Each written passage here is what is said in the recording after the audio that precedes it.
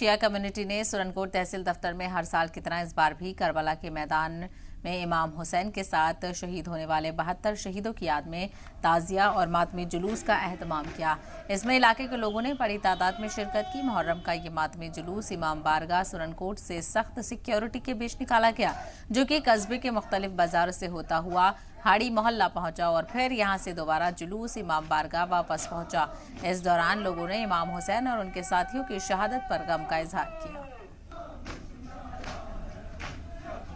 مگر طریقہ الگ الگ ہے منانے کا۔ مثلا ہم شیعہ کمیونٹی کا اور شیعہ حضرات کا طریقہ یہ ہے کہ ہم لوگ جلوس نکالتے ہیں، نواخوانی کرتے ہیں، علماء حضرات تقریریں کرتے ہیں اور نوجوان ہمارے ماتم کرتے ہیں۔